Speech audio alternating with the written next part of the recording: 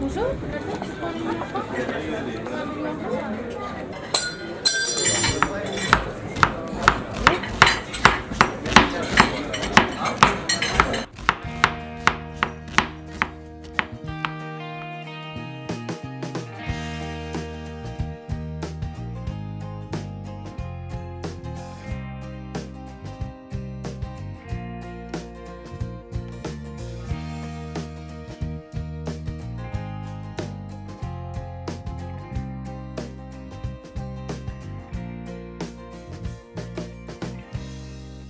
Hello and welcome to this episode of Breaking Bread, the Birmingham food podcasted, presented by food obsessed mates Liam and Carl. I'm Liam, hello. And today's guest, you've probably seen him a lot on telly lately, and he is the winner of Masterchef 2019, Stuart. Hello How you doing? everybody. How's things, mate? Yeah, all good. Just, chilling. Normal stuff. Chilling. This fame hasn't gone to your head. No, definitely not. I think it's important to just stay doing what you do. That's it. You struck me as kind of down to earth and the whole kind of show. Do you think especially I think Marcus Wareing seemed to he just seemed to like you from the very first episode? Yeah, I think the thing is I kind of all the way through reflected what my style is, and it was about kind of showcasing Birmingham food, about staying loyal to what I enjoy, and that's really what I tried to show. And with dishes like the faggots, which is kind of known for our being, kind of in our area and stuff like that, and using Banks's bitter. Yeah. We'll get back obviously to MasterChef, but I want to go to the beginning. So, have you always loved food? I know it's a very cliche question to ask a chef, but has it always been something you wanted to do? Obviously, you trained at Houso in college. Yeah, I always wanted to cook. I mean, watching programs like Ready Steady Cook and watching Gordon, Gary Rhodes. I wouldn't say Ainsley Harriott, but yeah, Ainsley Harriott. I'll tell you what, though, do you know how many chefs come here and say to us that they're chefs now because of Ready Steady Cook? Everyone jokes about it and slags it off and stuff. But there's so many chefs now who love that. I think it goes back to the kind of wild element. You just get a plastic bag full of ingredients and see what you can do with that. Yeah, it just sounds like a Saturday night at the moment for us, to be honest. But no, it's definitely something that sparked me interest, kind of really, because school was crap and I hated school and spent very little time there really, just end up either wagging lessons or just wagging the whole day. And then when I kind of found food and saw what I could do, that really enticed my interest. You're a local lad from Birmingham, yeah? Yeah, so I live just outside of Bearwood. I've always lived within a mile of where I live now, and I love it. I love where I live. I've worked other places. I've worked in Leamington Spa, I've worked over at Brockencote Hall, but I've never moved house. I've always commuted wherever I work because I refuse to move. Bearwood's one of them places people look down a bit upon, but it's got such a great community, hasn't it? Tell me who looks down upon it, and I'll go around there. No, it's a great place to live, and it's got that village feel, even though it is just a little kind of town centre. But it's kind of getting better and better, and I think people are starting to understand what food is all about. It's not just for the sake of eating anymore. It's about the pleasure of the experience as well. So did you finish school and went straight to Houso in college, or? Yeah, so I finished school, went to Houso in college, and that really opened my eyes to what the industry was and gave me that passion and that spark of kind of seeing something different, because school was so dead for me that really took my interest from day one, and that was something that I really needed. What do you think got you into it? Was it the creativity of it, you could express yourself? Because school's so rigid and I think it was just the thought of playing with sharp knives, to be honest. So how did you get on in college? Were you really good from day one, talented, or did you?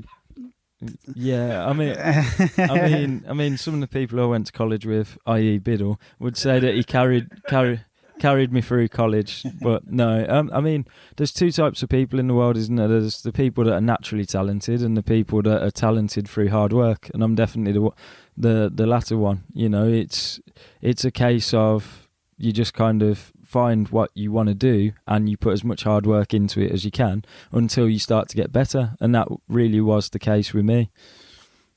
So would you say you were like a standout pupil or average? I wouldn't. His friend's with us in the studio and he's nodding his head off like definitely.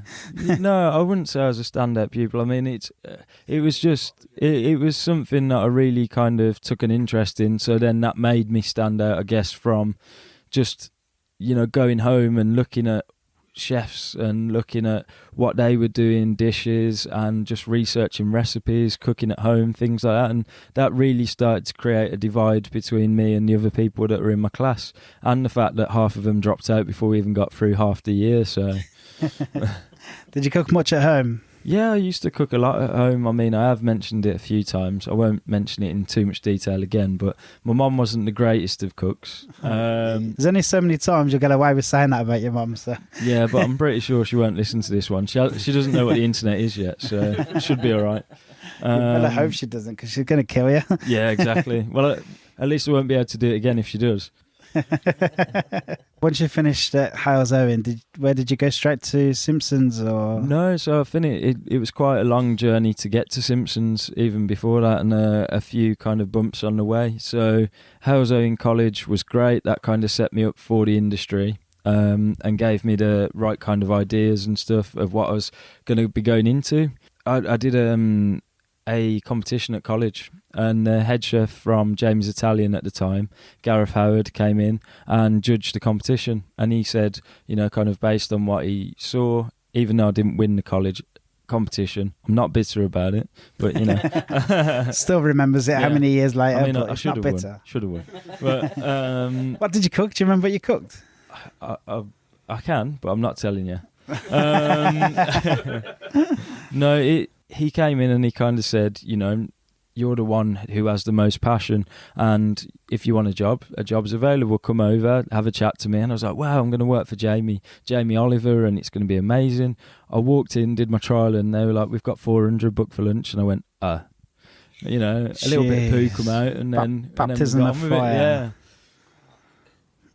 So how did that first one go then? Yeah, just because I've always, from going to Hales Owen College, I've always loved food, and I've loved cooking, and I've loved how diverse it is, that you can walk into so many different styles of restaurants and the basic skills still apply. And walking into a restaurant where you do 400 covers, the food might not be as intricate. Yeah. But at that time, I didn't know what intricacy in food was anyway. So it was an eye-opener just to go there and just to experience it. Did you stay there for long, or? I was there for about 6 months, and I had a chat with Gareth, who his background was mostly at the Herdwick with Stephen Terry. So he kind of knew what Michelin and Rosette kind of cooking was, and he said, I think you've got more of a passion to go down those lines, really. And so then I applied for a job with Steve Love, who was at Love's at the time on Canal Square, and he got 3 rosettes, and I walked in and it was just like, tweezers on everything, and like little herbs and little garnishes, and it just captured my kind of my interest. And I looked around and looked in the fridges, and I was like, wow, like I've never seen half of this stuff before. There's definitely a few things that I saw that I wouldn't repeat. No, but it was an eye opener to what potentially it never had a Michelin star, but it could have potentially if it had been open a little bit longer. But it did have 3 rosettes, and it was good to just get that experience, and also had Ed working there, who's a great chef. How was the the adjustment going from somewhere like Jamie's Italian to somewhere that like a Rosette restaurant? Oh, it was carnage, mate. Like I remember. Did you adapt fast, or was it struggle? Or well, I was 6 months out of college. College teaches you all these things, teaches you how to use a knife. It doesn't teach you how to work 90 hours a week. I remember coming up with this like cunning plan, which I thought was a great idea at the time, which was to set off 2 hours before I needed to be at work, so that I could park in the car park and have another hour in the car to try and avoid the traffic. Which at the time I thought was great, but then looking back on it, now I can barely get up half an hour before I got to be in work. But you're young, you're naive, what can you do? Yeah, exactly.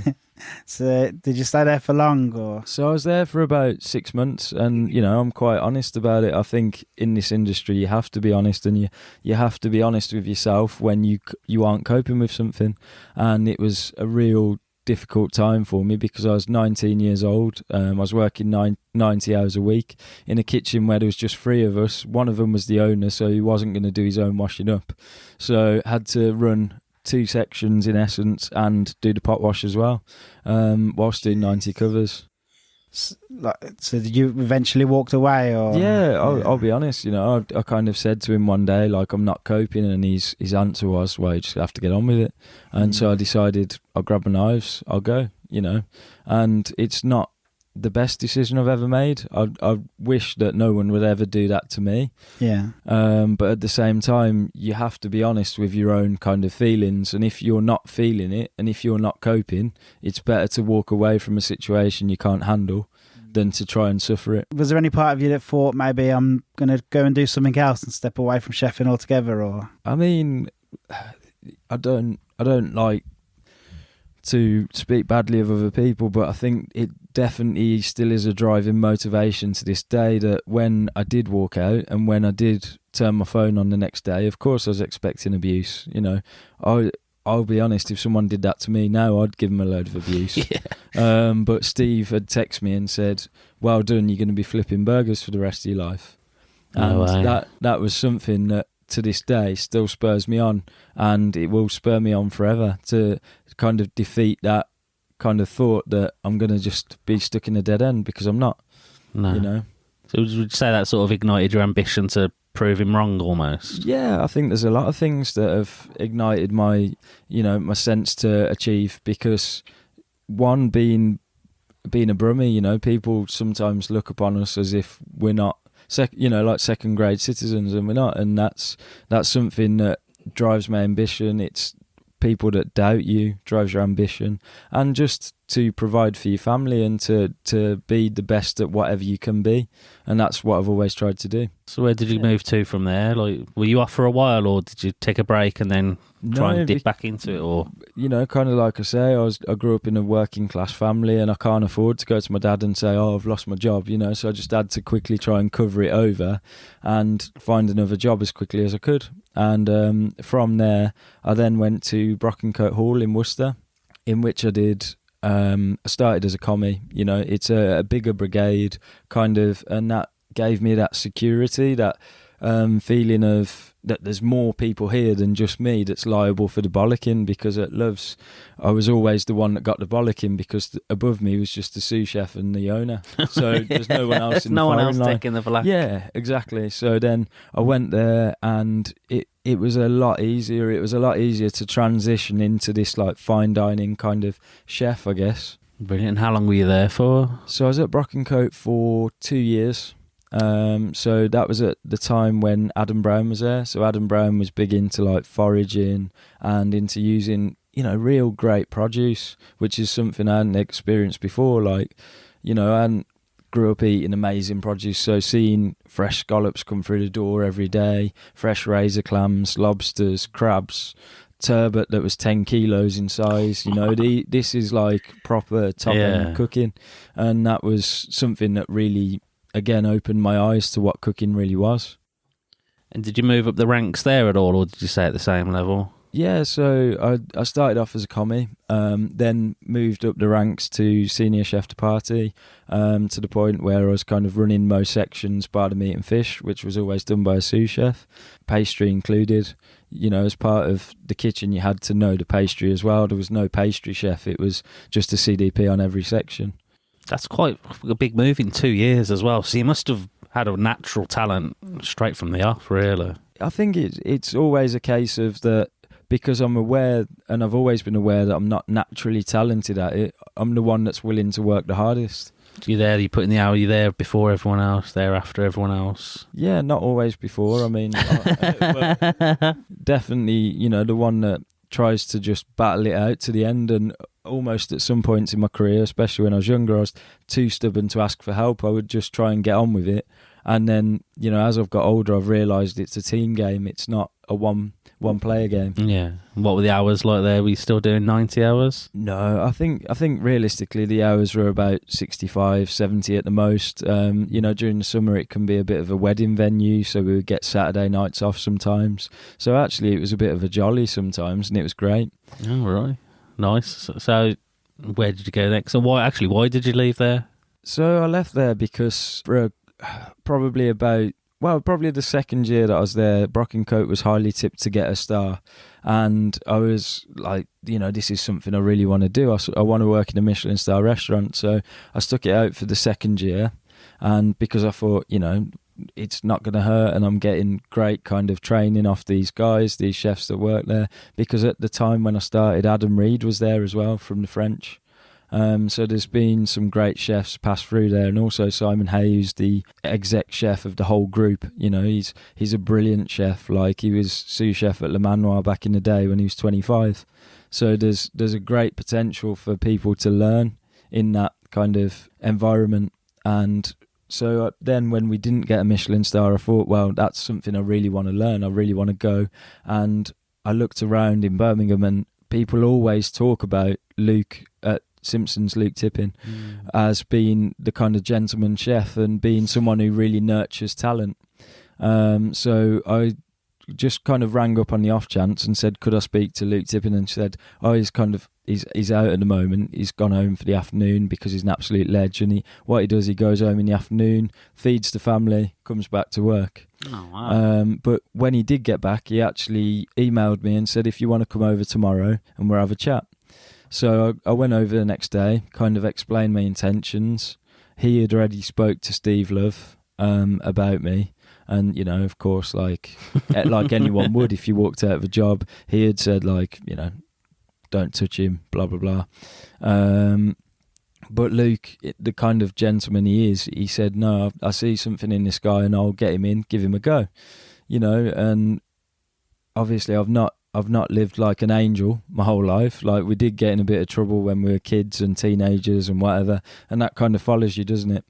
But then I kind of accepted this job at Simpson's and went down from being a senior chef de partie at Brockencote to being a commie at Simpson's, which I think at the time, I didn't even second think it. I just thought, I want to be in this place. I'll take whatever job they give me. Even if they give me a pot wash job, I would have probably took it, because I wanted the training from this guy, from Luke Tippin. I wanted him to teach me what he knows. I hear quite a few chefs talk about Luke's training. What makes it so special? Like, everyone loves working for Luke. I think it's just because he's so kind of kind, but at the same time he gives you that almost like a dad. He'll nurture you and he'll get you to do what you're meant to be doing, but he'll do it with tough love. Yeah. Which is important in this industry. You need to be told when you fucked up, but at the same time, you don't need, people don't need to go over the top. The days are gone where you can beat someone for fucking someone up. It's not cool anymore. Yeah, definitely. Horror stories from back in the day. Yeah. I mean, I watched Boiling Point again the other day. From back in the day with Ramsay and that. And he's slapping chefs on the back of the head, calling people frogs, and you're like, this is just. I'm lucky that I've never experienced that with any chefs that I've worked with. To be honest, I think that whole stigma of the industry has gone, and all for the better. I think with chefs like Luke, I think you don't want to let them down when they're so good to you. I think that's as much encouragement to work hard as it is the fear. You know what I mean? Yeah, there's definitely such a massive feeling of, this guy has given me an opportunity to prove myself, so I have to. And I was quite fortunate because he did see that in me. He did see the passion in me that within 4 weeks of starting there as a commie, I then got promoted to a chef de partie. Do you think that might have been a test? He might have thought, I'll offer him the job as a commie, and if he takes it, then he's got something about him. Or yeah, I think it's a wise move, bringing someone in as a commie. If they don't fulfil the role that you want them to do, you've lost nothing. You can keep them. But there's a lot of people who think, well, I'm not a commie. I've already worked up from a commie. I'm not going back there as a commie, and that's a test in itself to see if you'd still come on. Yeah, I think there probably is, but at the same time, if you want the right training and if you want to be in the right places, you have to make the sacrifices. I think Simpsons is one of them legendary restaurants as well. You know, everyone knows Simpsons. It was like, I'm not sure, but it was one of the first Michelin stars around, wasn't it? Yeah, I think so, because Simpsons had already got a Michelin star, but it moved to Birmingham at the same year that Jessica's was awarded a star as well. I couldn't remember. I knew it was something like, because it used to be in Kenilworth and then they moved. Yeah. The thing is with Simpsons, it's less of a restaurant to chefs. It's more of an institution. It's where you go for grounding and to better your skills and better your knowledge, really. And if you want to kind of progress and you don't want to move away from Birmingham, it's the perfect place to go.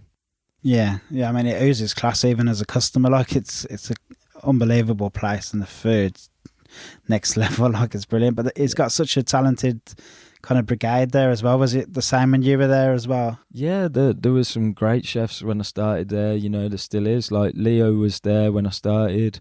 It's obviously a past Masterchef Professionals. I think he gets final or semi-final. I'm not sure where he got to he got somewhere. He was good. I know that. Yeah, I remember giving him quite a bit of banter at the time, which I regretted when I went on there myself, because I thought, if I don't do better than Leo now, I'm going to get a load of stick. But no, you know, great guy, obviously, Luke. Matt Chill was there as well. Matt Chill was there as head chef. There was Georgina, who was sous chef. She'd been there for I think about 8 years when I started. So most of the senior team had already been there for quite a long time. That speaks for itself, really. Yeah, in terms of staff retention, you know, you look at Leo, he's done 10 years now, and Ben, the sous chef, who's under Leo, has done 13 years, I think, you know. Yeah, incredible. So it was definitely a bit weird walking in and but I was quite fortunate at the time of starting that all the lower kind of ranked people did a whole switch. So there was a whole brand new team in terms of chef de parties and commis, and it allowed me to really kind of prove myself and grow into a role there. So working in a Michelin star kitchen, was that a big jump in sort of what you were expected to do and the knowledge you expected to have, and just in the whole experience, was it instantly noticeable to you, like, shit, this kitchen's fucking, I've got to up my game now? Yeah, I think it's not so much about the Michelin star, it's more about the chef that holds it, because I've ate at a lot of Michelin star restaurants that I don't think should be, and I've ate at a lot of restaurants that I think should have a Michelin star, but I think it's about, you know, Luke's standards are so high that Simpsons will always retain a star because of Luke's standards, and that was something that was quite obvious from day one. Which restaurants do you think should have a Michelin star? I mean, I know it's going to sound a little bit biased, but maybe the Wilderness. Lucky for you, we both wholeheartedly agree with that. yeah. I think you know, I don't know what it's judged on, and I would never badmouth, you know, kind of the system that they work from, but there's definitely, you know, other restaurants like Chills, I think, should have a Michelin star. Matt's cooking. I thought Chills did. No, doesn't. I thought Chills had a Michelin star. No, it definitely should. It definitely deserves one, mate. Yeah, for sure. Yeah. Like, and it's so good now that, you know, Birmingham is recognised, and Birmingham, you know, has as many Michelin stars as it does. Like with Otheme getting a star this year as well, which is great because Akhtar's an amazing chef. And he's got a good team behind him. Obviously, Neil's great as well. It's more than deserved, and I think this city will just keep going and going, hopefully. Yeah, I mean, I still think there's a few more that should really get a look in. Like Harborne Kitchen, I thought was stunning.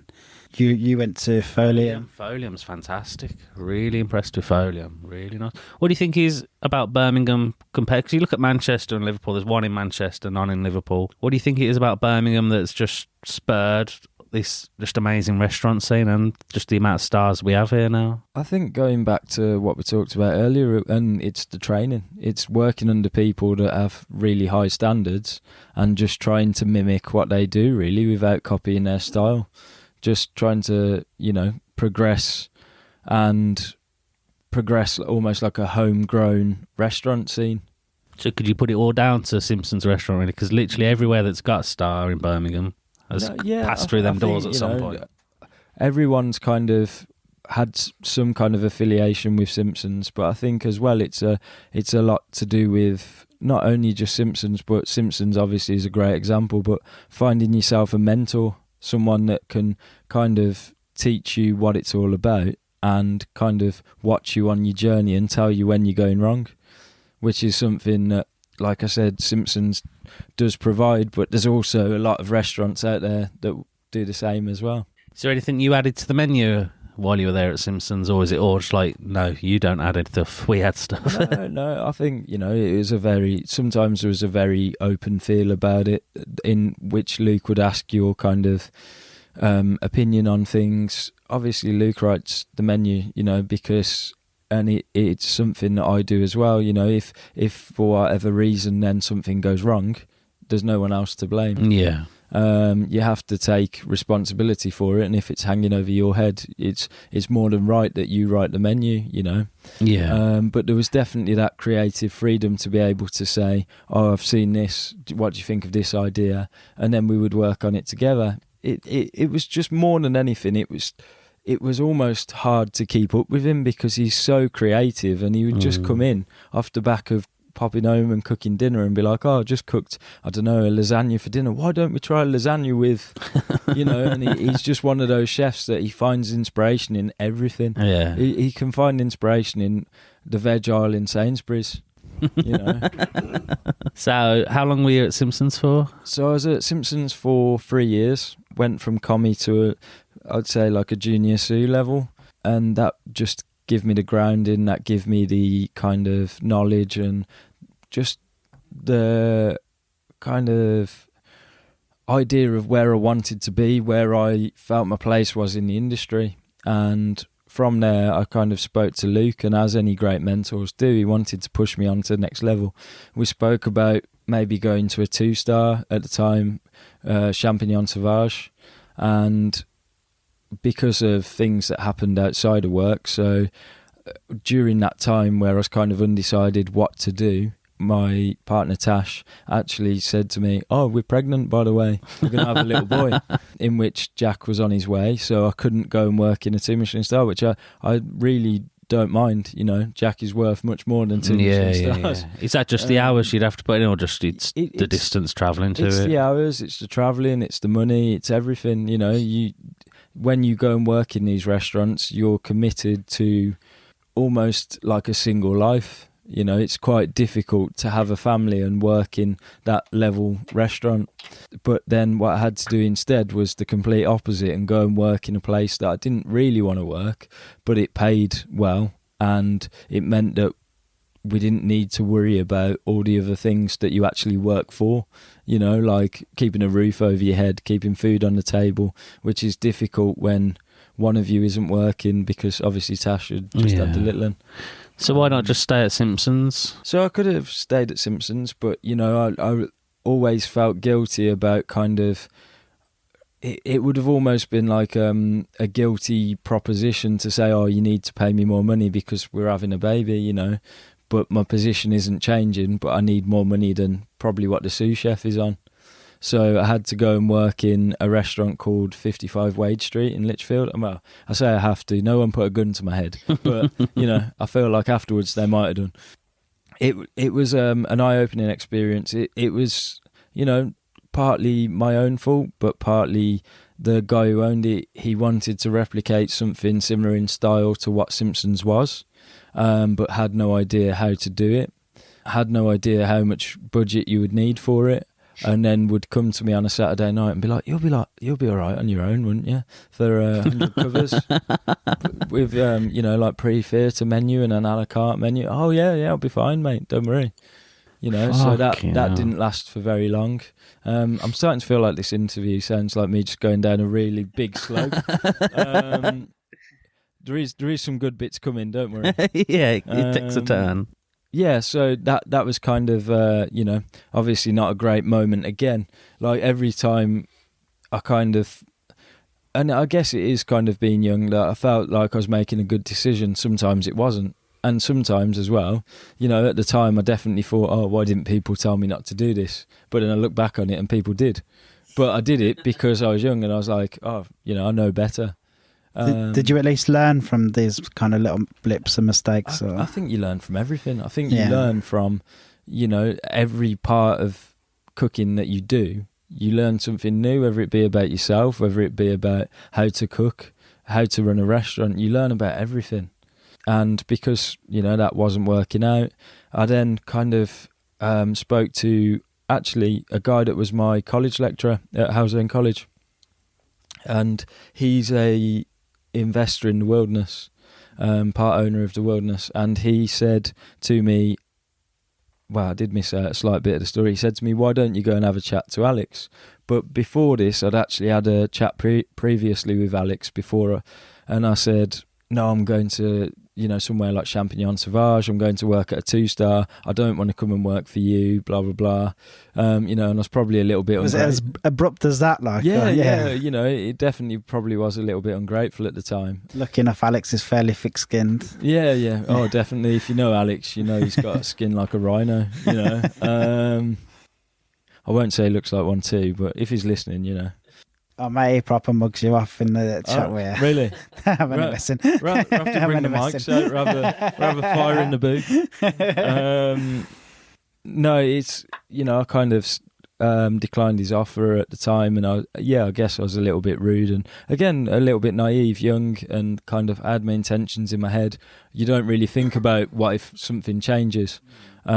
So then afterwards I kind of went to him with a little bit of angst, and I said, oh, I don't suppose you have a job, do you, by any chance? And he made me work for it a little bit, only a little bit. Like I won't tell you that he made me go through. No. What was the offer, like straight away head chef, was it? No, so he kind of offered me, because the sous chef at the time was leaving to go travelling, and he said, you can come in as sous chef. But I'd already heard on the grapevine that Louisa was doing Masterchef at the time. Yeah. Louisa was finalist, I think, 3 years ago. Yeah, she was a finalist 2 years ago, and at the time she was junior sous. This was before it had aired, and like when I initially started, I think she was quite doubtful of me coming in above her, because I'd spent some time in a restaurant that wasn't great because of situation, whatever, and she got loads of ideas. She'd just done MasterChef, so she was still kind of reeling off the hype. We had a great situation, and we had a good team in there, and it was difficult at times because it was actually based out of, I'm trying to put the best words for this, but it was based out of an autistic cafe the back of New Street when I joined the Wilderness initially. Just off Dudley Street. And during some services, when it was quite loud, the lady who worked in the other half of the building used to come in and scream to turn the music down. So it was definitely an unconventional restaurant, to say the least. But it was a great kind of learning curve for all of us, I think, because it was such a small space, and we were trying to do something quite different. And for the first 3 months of me being there, it was solely Alex's food. Yeah. What did you think in them first 3 months? Because obviously Alex quite unique. The restaurant was very unique. There's rock music playing. It's pretty far away from Simpsons. Yeah, Alex is a lot. When I first joined, I thought, God, this guy's nuts. But you just learn how to take him, because he's quite. He is the extrovert, which I'm the opposite. I'll shy away from kind of having a garish conversation with somebody that I don't know, whereas he will quite happily, do the Cotton Eye Joe around 30 people that he's never met before.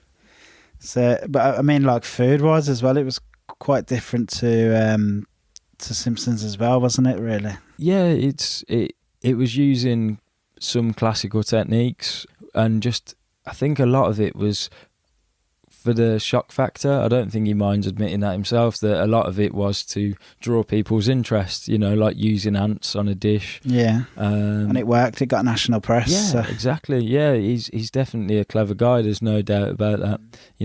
He's kind of marketing strategy and the way that he built the Wilderness up from what it initially started out as to what it is now is brilliant. And then kind of after around 3 months, we moved from Dudley Street to the Jewellery Quarter, in which I started to go to him with these ideas of like, oh, I want to do this, I want to do that, and he saw that I had real intention for the restaurant and kind of said, oh, well, do you want to be the head chef? kind of sent me away, gave me some ideas of dishes that he liked the look of, like the Big Mac. Yeah. And then just developed those dishes over a space of probably about 6 weeks. Did he give you your own kind of space, like to go in the way and do that? He encouraged you to do that kind of thing, or? Yeah, so I've had creative freedom over the menu for the last 2 years, which has been great because it's meant I've been able to not only develop a style for the restaurant but also for myself, and I've been able to cook my own food for the last 2 years. Of course, like the food that I cook at certain times does have a little bit of Alex's character in there as well because of, he wants this rock and roll restaurant which everyone loves, which I love as well. But I think now more so my food is breaking away, not breaking away, but it's kind of, I'm going back to my roots. I'm kind of honing back into technique, and I want to go down those lines. So the wilderness menu is quite heavy on, like, there's a lot of Asian influence in there, and then quite a few of your dishes on MasterChef were quite Asian influenced as well. Would that be more you or more Alex? Like, all the dishes on the menu at the moment are mine. Yeah, so like the cod satay and the Thai green curry. Yeah, so they're kind of dishes that I've developed over the 2 years, and I think looking back now over even just 2 years, and that's, it seems mad that it's only that amount of time because we've gone through probably about 60-70 dishes, which on a tasting menu style format is a lot. Do you feel like it's just greatly improved over them 2 years as well? For sure, it's definitely improved over the last 2 years because it was my first head chef role, my first time really finding my own feet, and I went to do a stage at a restaurant in Sheffield called Yoro, and Luke French, who's the owner, he was using a lot of like Japanese produce, even though I'm aware that there's a Japanese community, Chinese community, general Asian community, Indian community in Birmingham. I'd never really thought about doing that as my own style because I'd worked at restaurants that were classically, kind of French based or progressing towards kind of Nordic style cuisine. But I'd never thought about cooking the food of Birmingham. And that, when I went there, that was almost like a turning point for me. So Alex kind of says as well the same thing, that like the food represents Birmingham, but you both sat around a table or something and said, yeah, this is very Birmingham-like, this is Birmingham-like, or... No, I think it just happened naturally, to be honest. I think it was a case of that we both enjoy eating what we cook. Yeah, like we both have a mad love for takeaways, like to the point where, I'm hopefully, fingers crossed, getting a black card for the Meat Shack, Oh, nice. Jealous. Tell them about that month that you spent £200 in KFC. Yeah, like, so I mean... The manager phoned you, mean? So there was a point earlier in my career where, you're not always at home to cook. This is my excuse. This is a feeble excuse. I'll just cut to the truth. So what happened was I went to the bank about a mortgage on a house. And he said, if you want to get a mortgage, you're going to have to sort your finances out. And I was like, well, there's nothing wrong with my finances. There's money in my account. There's a deposit. What's wrong with that? And he said, well, you're spending £200 a month on KFC for a start. So I was like, wow, oh God, that's bad. That's not embarrassing, mate. If people think these, like, all you talented chefs are going home and cooking yourself something from scratch like that you'd eat in the restaurant, you're on drugs because they're not. You're going home, you have it, especially what time you've done a 12-hour, 13-hour shift, you're finishing at midnight or something, you're going straight to the drive-thru and you're like, oh, too right, mate. I quite often, if it's late at night, I'll end up in Neelam's Kebab House in Bearwood. Doner kebab, fries, a bit chili mayo, that's the one after work. You've got me thinking now, what's your best thing at KFC? Oh, KFC. My go-to order, if I'm honest, is a stacked up Zinger burger with hot wings, corn, large Coke, and 2 flaming wraps. Oh man, I'm sold. your order. Yeah, so I'm getting on the way home now, man. Definitely. That's just on the lighter days. I mean, the heavier days is a bit more, but. Would you say the Big Mac's better as a snack or as it is now? Well, I mean, the thing about the Big Mac that we do at the Wilderness, it actually looks like the photo it started from. Whereas when you go to McDonald's, you look at the photo up on the big screen, and it comes out and it looks like a limp sock. It's. Oh, sorry, I didn't really make. I meant as like the first. I went to Wilderness 2018, and it was like one mouthful. Yeah. And I went there a couple of weeks ago, obviously, and it was like a knife and fork jobby. Yeah, of course, it's something that's progressed. It's almost like a staple on the menu. And Alex definitely, this was one of the dishes that initially Alex said, "I want you to go away and work on." Alex kind of said to me, "Oh, I like the flavours of a Big Mac. How can we make it into something else?" And that's kind of what we did. We brought. How long did it take you to nail it? Because it is nailed. I mean, anyone who hasn't been and tasted the Big Mac, all of the flavours are there. It's stunning. If I'm honest, I don't think it was. It's been a conscious one-off effort to get it where it is. It's been one of those dishes that it's progressed over time, like a few of them have. Only a few dishes of memory have stayed the way they began. But I think that's kind of leading back to our original discussion of sometimes people aren't naturally talented, they're just hardworking, and you just have to recognise if you can't get something right, you need to work at it and get it right. Yeah, definitely agree with that. So obviously two great years at the Wilderness. And this weekend, I don't know when people are going to listen to this, but this is probably your last weekend at the Wilderness. Yeah, so this is my kind of last little bit at the Wilderness, and I'm sure there'll be plenty of like man hugs between me and Alex, and maybe even a small tear on Saturday night. Oh, the bromance is beautiful. Yeah. Well, I meant more so for Alex with what I got in mind for him, but no, he's a great guy, and to have the opportunity that I've had, I can't thank him enough, really. But as for what's next, it's a project that's going to be in Birmingham, based in the Jewellery Quarter. That's kind of as much as I can kind of give away at the moment. Yeah, that's cool. Something for people to look forward to. Keep an eye on you on social media and stuff. Make sure that they're watching. I would like to say it's a cliffhanger. It's not. It's just that people are really slow at doing anything legal. So whereas like chefs will work 19 hours to get the job done, people in an office, as soon as it turns 5 o'clock, I'm going home. So when you're waiting for something to come back, it can make it quite difficult at times. But no, it's a kind of great thought, and it's something that I never really thought about, that we'd be able to even consider having our own business, because it's going to be run by me and my partner Tash. Yeah. Who's also, she spent longer working in restaurants than I have, and she's worked in more Michelin star restaurants than I have. So she comes with a great amount of experience. I don't want to go too deep into the kind of unglamorous side of it, but like, did you have much experience with like costing the menu and stuff at Wilderness, and like, has that prepared you for owning your own business? And yeah, I mean, every part of running a restaurant is unglamorous.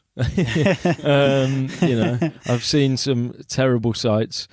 All you have to say to Alex is, "How's your 5Ps?" I won't go into any details, but if you see him out and about, just ask him, "How's your 5Ps?" I've noted that. I've definitely noted that. So the kind of reason we're here well, not the only reason, but a very big reason, obviously, is MasterChef. How did that come about? So it really was the case of kind of having our little lad Jack, and as I said, I'm getting better at these kind of setups where I have to talk about myself, and I guess I am kind of warming to the idea. But before doing MasterChef and like filming for that and everything, I've always been the kind of person that I'm not confident in what I do. I have to kind of reassure myself that I'm doing the right thing, and I have to look to other people for reassurance as well. I just thought this is a much bigger thing than I'm willing to do. I don't want to go on live TV. Sorry, not live TV. I don't want to go on national TV and mess it up and look like an absolute idiot. But then at the same time, I've got my little lad, and I'm going to say to him, like a typical dad does, "Oh, just go out there, just do it. Stop moaning, just get on with it." And how can I say that if I'm not willing to do it myself? So I thought, you know what, bite the bullet, sign up for it, see what happens. So do they make you audition, or is it because of the level you're already at? Do they just say, yeah, right, you just start, this is the first show, come in, No, this is what we're going to do? Of course they make you audition, because, I mean, if I've done, again, I'm doing quite well at this not swearing thing, but if... Are you allowed to swear on ours? Don't worry about it. I know, but I'm quite well trained now after the whole Masterchef scenario of not swearing and kind of bringing the question back into the answer. It's become almost difficult to have a normal conversation. Yeah. When someone asks you at the KFC window, oh, what would you like? And you say, well, I would like. It's definitely changed the way that I think about, conversations and stuff, and about what I'm saying, which actually is quite a good thing in terms of PR. Yeah. Yeah. No, so you kind of they get thousands of applicants. They then take that down to hundreds. They interview hundreds of people, and then from that they take 48 that they think will, be successful on the show. And luckily, I was one of the 48, because I think if I'd have got declined, I don't think I would have applied again. Yeah. Exactly. Do you meet Marcus or anything before it all starts, or you literally turn up in the kitchen and he just rolls in? So for anyone that has iPlayer on their TV, just go back to the first episode of when I come on the TV, and I cannot even get my apron on. That was how nerve-wracking it was. That was the first time meeting the judges, being in front of the cameras, everything. What was the show really like? Because we've done an episode before with somebody who was on the normal MasterChef, and they were saying obviously it's only an hour-long episode, and there's so much more that goes into it. Was the bits and pieces that you don't see, or was there any? We hear mad stories of television runners or something messing with ovens, and there was none of that trying to make it into a TV program or anything. No, I think, anyone that comes out with kind of sabotage stories are just trying to make an excuse for why it didn't go very well. The winner would say that though, wouldn't they? Yeah, I guess there's that. But no, it's a TV show at the end of the day. And yeah, I've got nothing bad to say about it. It was such a great experience, and if you want to kind of test yourself, that's the place to do it. Was it hard to get? Did you get quite close to the other contestants in each round, and then to say goodbye to them? It must be quite tough. Yeah, it's definitely it's almost like being at school and then your friends get put into a different class. That's almost what it's like, But luckily, because everyone was so nice, I didn't have a select group of people that I liked. I liked everyone. Did you get any kind of were you told to prep? Did they give you any clues of what you'd be cooking with before, or any time to practice or anything there? The schedule between filming can be quite tough, but you definitely, you know what you're putting yourself in for. So before you even apply, you should kind of brush up on your skills and be thinking of dishes that you want to be cooking, but then the rest of it, when it comes to the skills test and the invention tests. How scary was the skills test? Because it looks terrifying. I think you had Monica's crepe souffle, wasn't it? Yeah. I mean, if someone would like to tell me what a crepe souffle is, as I still don't know. I didn't have a clue. You done it though. You nailed it. You absolutely smashed it. I don't know about that. I mean, you were one of the best ones on it. Yeah, I definitely just kind of winged that one, Jeez. It wasn't one of my proudest moments. But definitely never heard of a crepe souffle until that point. No, but I think that's the beauty of it. I think actually I'd have been a little bit annoyed if I'd have got a croque monsieur, because I think under the intense pressure that you're under, I'd have probably still messed that up. If Monica and Marcus were standing over me asking me to make beans and toast, I would be shitting myself. Yeah. Oh, mate, it's intense. Yeah. It just because it's intense watching it, and there's only the three of them. But then you got to think, for you, there was a film crew. There was a load of other people just staring at you, waiting for you to die in your ass. Yeah. No, I think and as well, all the people there, they want you to do well. Everyone wants you to do well.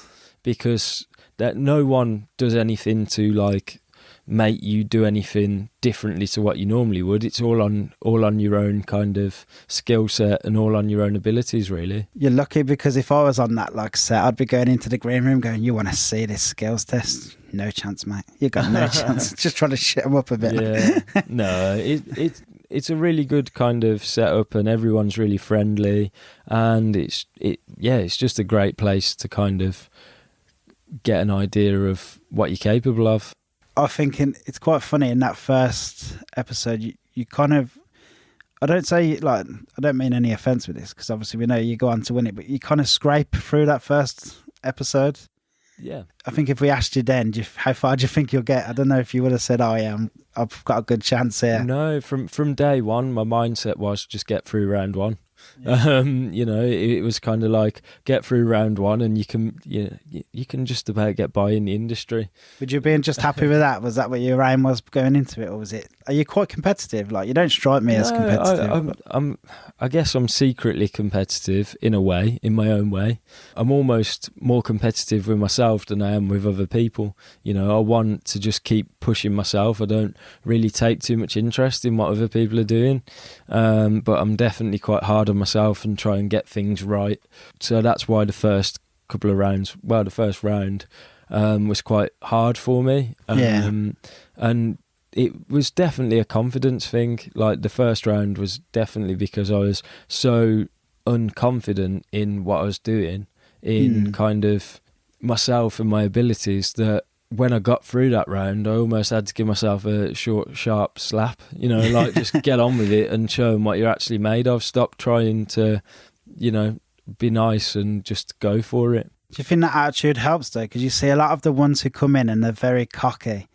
And they're like, "Yeah, I'm the head chef. I'm 21. I'm head chef of a pub you've never heard of, and I'm here to win Masterchef The Pros." And then they go out the first round. Yeah. Whereas you were like the opposite of that. You were like, I think "I'm head chef of a top restaurant, but I'm very humble." I think it's part of just who I am, really. It's not for TV. Anyone that knows me knows that I'm just me. I can't be anyone else. I'm not intelligent enough to be. I think you're playing down things there. Like, I've always kind of just said things as they are and just tried to be myself, and that's what I did with MasterChef, really. Dishes like the faggots and stuff, is that stuff you've cooked variations of before? Is everything you come up with that's new, is that like a brand new dish? Do you get much time to come up with a dish, or do you do stuff that you've done in the past that you think, yeah, that's nice, I can work on this and try and do this? Because of at the time of filming, I was also obviously running the wilderness, and I didn't take any time off because I felt guilty about not being there anyway. So in terms of practicing dishes and stuff, I had quite little time really to practice, which in some aspects did me quite well, because I didn't worry about it too much, because I was just worried about making sure the food went out right for the people that were paying me to cook for them at the time. As for like the faggots, I've never cooked a faggot before in my life. No, and I didn't even practice the recipe. I just went for it, mate. Because this was the street food episode, and I was blown away. Like, looking at it, I was like, shit, that looks amazing. I just kind of followed my gut, really. Just hope for the best. Yeah, that was my favourite one of your dishes that you cooked, actually. Obviously, with the story behind it, and most of us probably, we're all brought up on that kind of thing. Like, exactly. What would you say was your favourite that you cooked? My favourite out of the whole series was probably the suckling pig belly that's in the chef's table round. So there's chefs that have got 26 Michelin stars. I think that's right anyway. Kind of past 3 and I lose count. But a room full of, the best chefs in the country, basically. So that's the final where you cooked the 3-course? No, this was just one course. So you do one course each. The big room. Between 4 chefs. And I landed the main course, so no pressure. So I did suckling pig belly with langoustine, Thai green bisque, black pudding and yuzu. And so that was a big dish, big flavours. And if I'm honest, I just thought, what do chefs like to eat? And a big bit of pork belly with crackling on it, You know, chefs love that. That's what Everyone loves that. Yeah, of course. I love that. But chefs are harder to please the most. So if you can please them, you can please anyone, really. So it was just kind of doing something that I knew that they would enjoy. And when I got such good feedback afterwards, it just kind of blew me away, because these are the best chefs in the country. And a lot of them, I remember being at House Own College, looking on Staff Canteen and other kind of platforms, and looking at what they were doing and being like, oh my God, I don't even know how they do that, you know. And then to be in a room cooking for them, it was just unreal. You didn't get didn't become too much, or No, you weren't too nervous? I think, you know, at certain times I come across as almost like emotionless, because I've got my own kind of coping mechanisms, and that's just to focus on what I'm doing and just get on with it. What happens after? Because, you know, they all stand up and clap and tell you how much they like the dishes and stuff. Do you all get to go and hang out together, or just go and speak to them and just chill out for the afternoon, or they all just like fuck off straight away? No, I wish if there was some like crazy story of going out to a bar or a strip club till like 6 in the morning and, you know, kind of, but no, there was none of that. It was, you know, there was definitely the offer there, but after work in the day that we just had, I was just more than happy to crash in the hotel with a pizza. Just getting the feedback from those people, it's honestly, it's life-changing. It definitely instills you with the confidence you need to go forwards. Had you already met some of the top chefs that were there? Yeah, well, Glyn was there. So obviously I worked for Glyn at the Asquith, like part-time whilst I was at college, just washing pots and pans. So I obviously knew of Glyn. Who doesn't know of Glyn? Yeah. And I'd actually ate at Moore Hall probably about 2 months before seeing Mark Birchall in that restaurant, in which obviously he's now got 2 stars, etc. And just a general great chef, like so inspiring.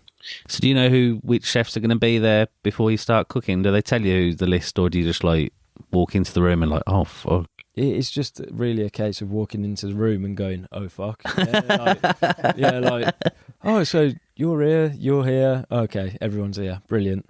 So your salmon course in the final, tell us about that. It kind of draws inspiration from just traditional smoked salmon, you know, of working in hotels and sneaking a bit of smoked salmon while nobody's looking. But the way that I did it in the competition was using obviously the Asian influence that I use in a lot of my cooking, which is inspired by Birmingham. And I wanted to showcase my style in all of those 3 dishes. So each kind of element did have an Asian flavour that I utilise pretty much every day. So it had like a tomato ponzu on the dish, so like a citrus soy sauce that had been flavoured with tomato and lime. The salmon had been cured in soy, mirin, dashi vinegar, you know, lots of big flavours.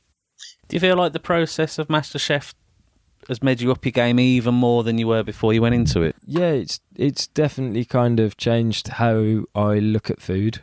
It's definitely changed kind of, I wouldn't say changed, it's definitely helped me develop my style, because, you know, having judges like Marcus and Monica who are brutally honest, you know, they will pick up on the smallest detail that I might have gone slightly adrift, and then started thinking about doing techniques that weren't necessarily flavour driven, whereas for MasterChef everything was about flavour. Even, you know, in the final I looked across at one point at Olivia's food and I thought, if that tastes as good as it looks, I'm in fucking trouble here, like, because it was just stunning. It's like, yeah. I actually thought Olivia was going to win it. I did. No offence. No. Her food looked stunning. Right, you got my coat. Nice knowing you. Oh, it was good while it lasted. No, I thought it was incredible. You know, her food is like artwork on a plate.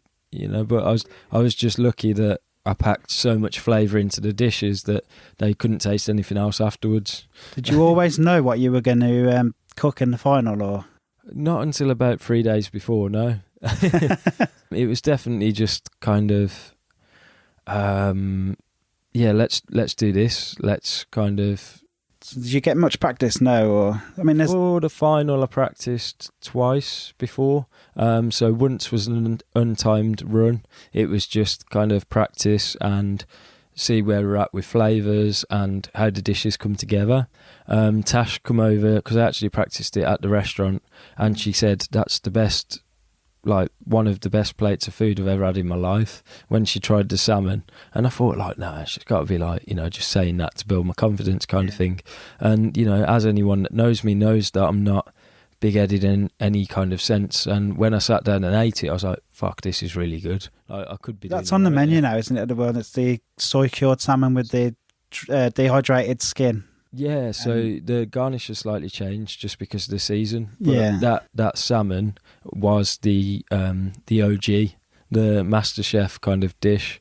And then obviously the guinea fowl has taken a different form on the menu as well. Yeah. So I was definitely in that mindset when I came back when I came back from MasterChef into the wilderness of trying to get this food on the menu, evolve it, like the pork dish that I did in the semi-final. I had great feedback for it, but then I evolved it further within the restaurant, and it was such a strong dish, like to the point that we had to take it off because I thought, like, if we don't take this off, it's never coming off. So how did you feel when you found out that you won?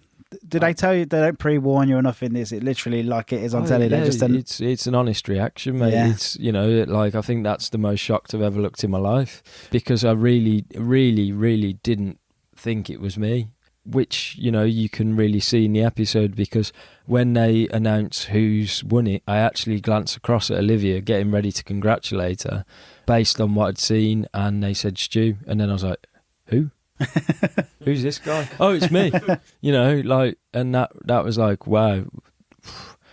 And then I think obviously the funniest bit for me, the bit that you'll see when you watch it, it's when they say to me, oh, do you want to make a phone call? Do you want to ring Tash and tell her you've won?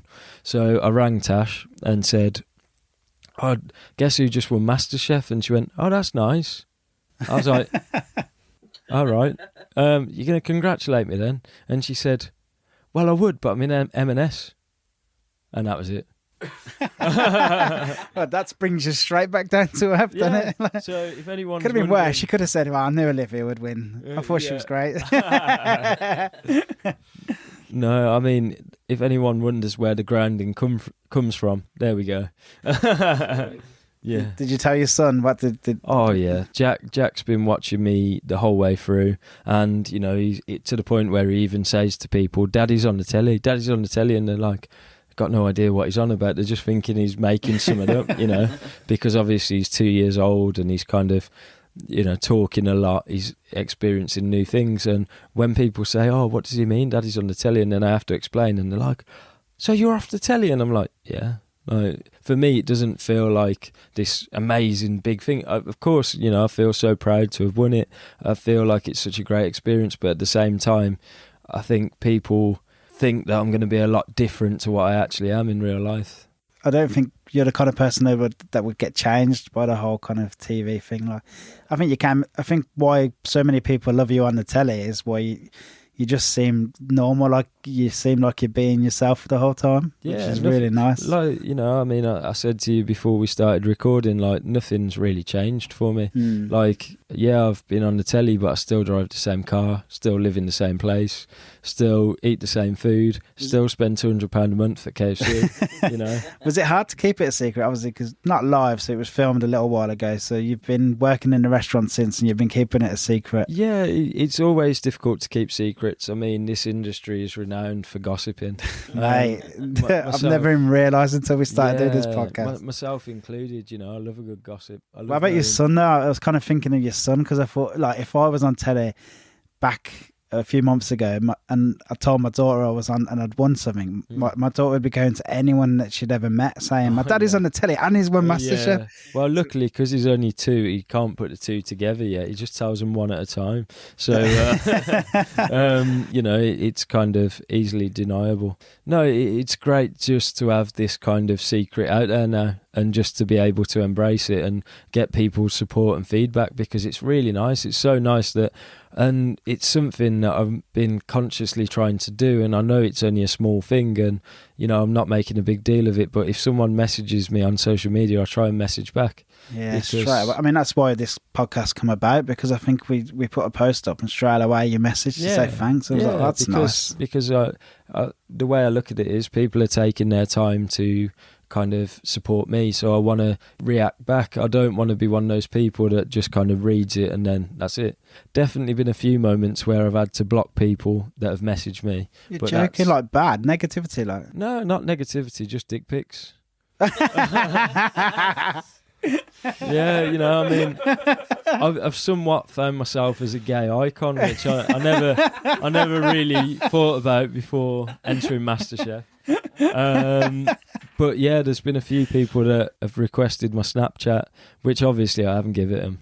Not only because I don't have Snapchat, but also I've got a rough idea of their intentions. But also there's been a couple that have just come out of the blue, and I've kind of opened them in public places and then quickly tried to scramble them off my screen.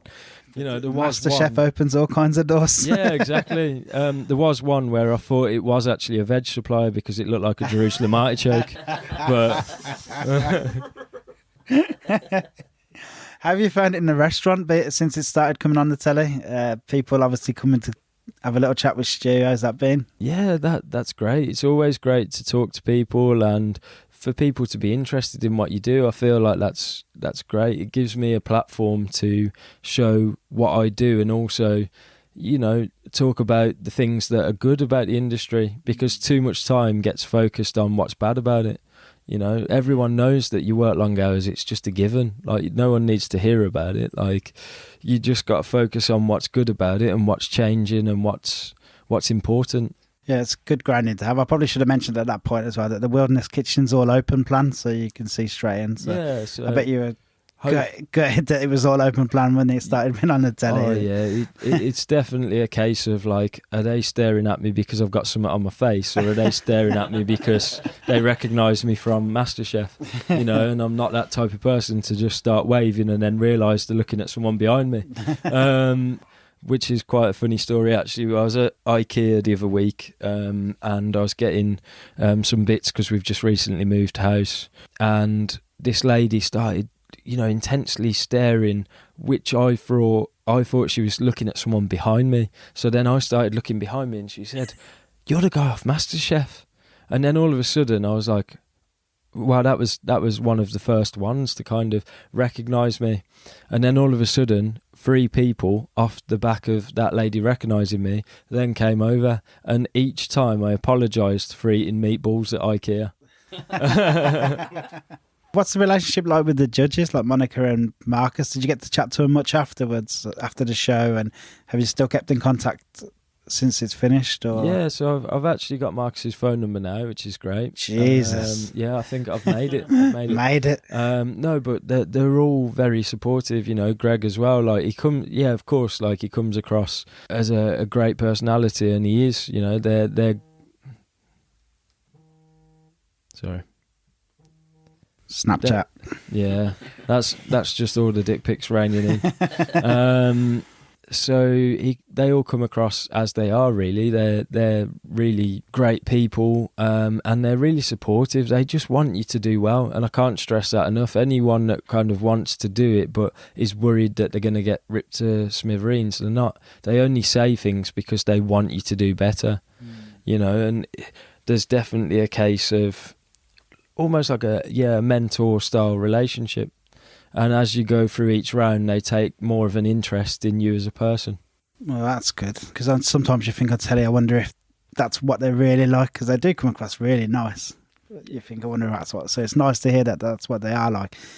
What advice would you have for anyone looking to go on to MasterChef The Professionals? Easy. Do it. Just do it. Believe in yourself.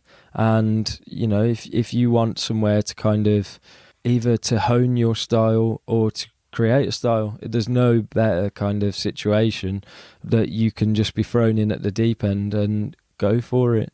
You know, if you want a platform, maybe you want to do something to challenge yourself, to go on to open your own restaurant like I have. You know, this would have never have happened without MasterChef, not because of the publicity of it, just because of the confidence issue.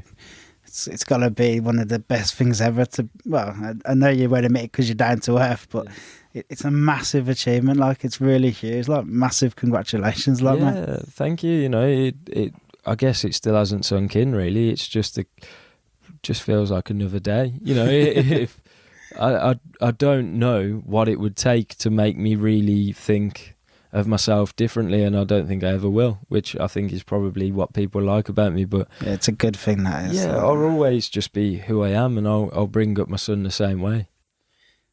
I think like we've already touched on a few things you got coming up. You've got supper club on New Year's Eve. Yeah, so we've got a supper club at the amazing, and it's like, yeah, drop dead gorgeous like views of Cardiff Bay. Stunning hotel. Tom Sellers was actually there.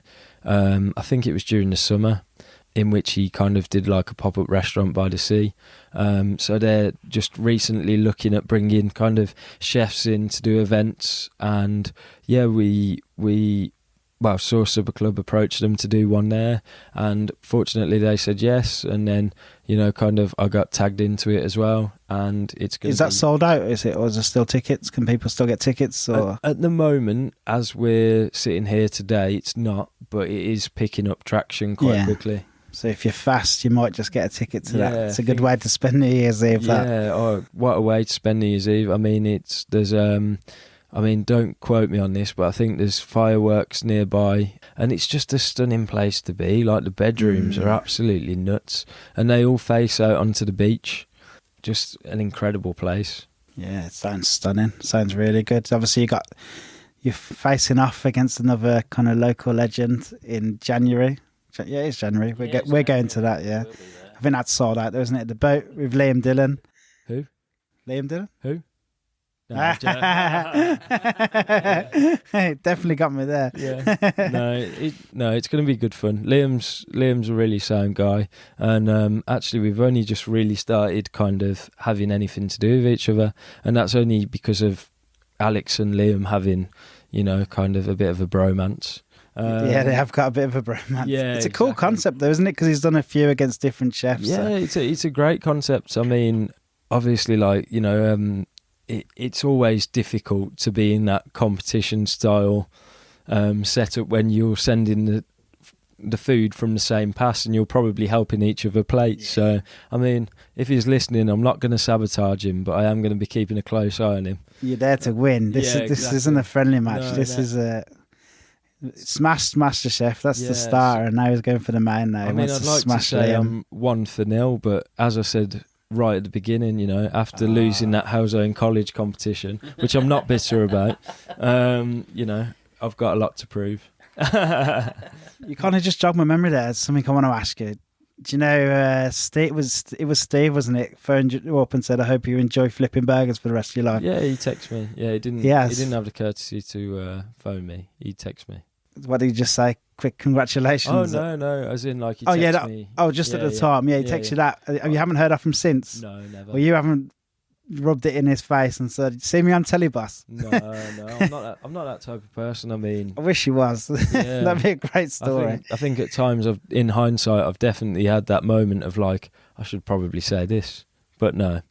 In reality, you could have done it at any point when you were at Simpsons, when you're head chef for the Wilderness, when you won Masterchef. Any of them would have been a good opportunity. I think, you know, everyone makes their own path at the end of the day, and like, I'm focused on mine and not too worried about other people's. In fairness, what have you've won? Like, you know, exactly. You've done all right for yourself. Yeah, I don't feel like I'm trying to prove things. I just feel like I'm trying to, you know, build a nice life for my family, and that's what it's all about from now. What's that cheesy saying? Winners focus on winning, losers focus on winners. Yeah, I mean, there's definitely something like that. Like, I've never had that kind of mentality to strive to win something like that. It was, like I said, it was more of a shock than anything. Well, it's definitely there because you did. No, it's reality, and anyone that wants to see the trophy, it'll be up in the restaurant when we open. But yeah, it's just. And as you've already said, you're quite approachable on social. You're mainly on Insta and Twitter. Yeah, so I'm on Insta as Stuart_Deeley. Twitter, I'm not sure. Let me have a look. I'll put everything in the show notes anyway. I'll put all your links up there. Yeah, you're not on Facebook much. No one bothers with Facebook. Well, I mean, like, Facebook's on mute because these dick pics are getting out of hand. Well, that's probably not the phrase to use, but you know, Facebook's definitely creating more interest with different types of audiences. Yeah, than, it's the Wild Insta. West, and Facebook. Yeah, So. yeah. Yeah, if you want to get, I'll put obviously the notes in the show notes. I'll put up all the links and that. So if Yeah, people cool. want to drop you a message, hopefully no pictures. No. Doesn't need any more pictures. I just feel like now I'm going to get loads of You're gonna get more now. yeah. I'm going to get people using loads of random objects as penis photos instead. yeah. I mean, if anybody's interested, I do have a party trick which I can shave a moolie into the shape of a penis. That is one of my party tricks. Did you learn this in Amsterdam by any chance? No, as I only went to Amsterdam recently, and I spent most of the time in my own little world. Yeah, we had. Yeah. Yeah, so we have a little thing at the end now where Carl questions everything. So he's just a quick fire set of questions, one word, just Yeah. banging out. Yeah. It's dead simple, nothing complicated. Just so people learn a little bit about you. Yeah, definitely not complicated. There's nothing to worry about. What's your favourite movie? Clockwork Orange. Oh, good answer. That's a good one, that is. No one said that so far. What's your favourite band? The Darkness. Going old school. Wow, that is old school. Yeah. What's your favourite spirit? I mean, specifically by not just like vodka. I mean, like to which bottle? Oh, I thought you meant the kind that approaches you in bed late at night. Hoping someday somebody. Yeah, that's where I was going with it. Slimer. Probably rum. Yeah. With any particular rum? Overproof, 69%. The stuff that, Yeah, the good stuff. it makes for a good night. What's your favourite beer? Estrella Dam. Yeah, it's a Or good one. Inedit Dam. Yeah, the one that was brewed by Ferran Adria. Oh wow. Yeah. So imagine best restaurant in the world, and then he starts brewing beer. It kind of knocks Carlin out of the water. Yeah, just a little bit. I think we know the answer to this one because it's the same one I've wrote down. But favourite big fast food chain? Oh yeah. Big fast food chain, KFC. Favourite type of takeaway? Chinese. And what's your favourite dish to cook at home? Nando's. Yeah, but that's everything. Thanks very much for doing this, Stuart. Really, really appreciate it. You've been brilliant. And again, congratulations on MasterChef. We've all been rooting for you. The whole of Birmingham's been behind you, and we're really chuffed that you won. Yeah, thank you very much. And, just want to say I'm more than open to, when we open, people coming over and seeing us and seeing what we're up to. We're really looking forward to that. So obviously keep an eye on Stuart on social media to see when that's opening up. These past kind of 6-7 weeks or however long it's been, there's a lot more expectations now. So, it has to be right. Well, you didn't show any signs of pressure getting to you on the show, so I'm not expecting you to be under too much pressure now. So Yeah, just wait. One day I'll combust.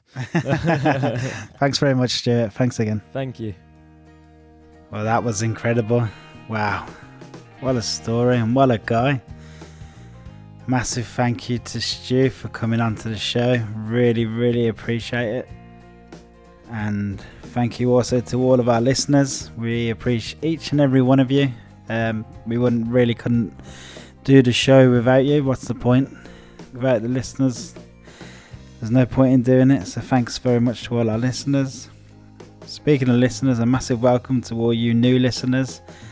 I'm very aware that obviously with the whole MasterChef thing happening just last night, that we've probably gained a few new listeners today. So massive welcome to all of you.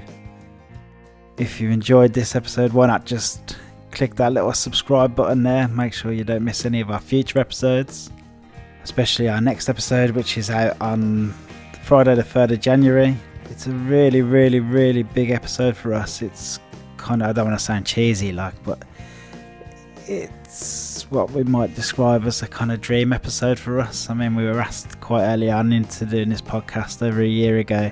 We were asked who our dreams guests would be when we were interviewed for a little local magazine, and Alex Claridge was on that list. He was definitely one of the people we really respected most and really wanted to interview. So we were over the moon when he contacted us looking to come on the podcast. So that's our next episode that comes out on Friday the 3rd of Jan.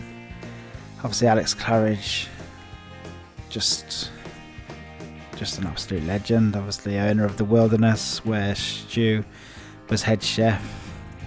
I mean, if you've heard of any of our other episodes, you know that the Wilderness is probably one of mine and Carl's favourite restaurants, probably one of the best meals I've had this year. And there's some really, really big things happening in 2020 for that restaurant.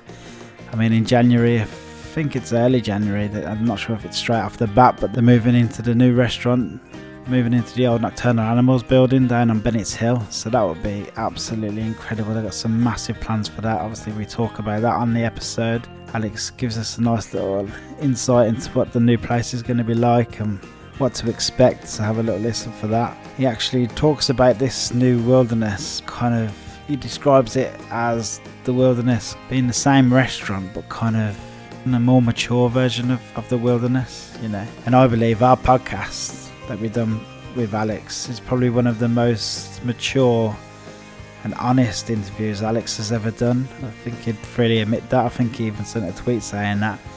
I mean, it's just so honest and it's brilliant. Yes, so be sure to come back for that one in January. Until then, have a great Christmas, everyone, and we'll see you all in the new year. Thanks very much.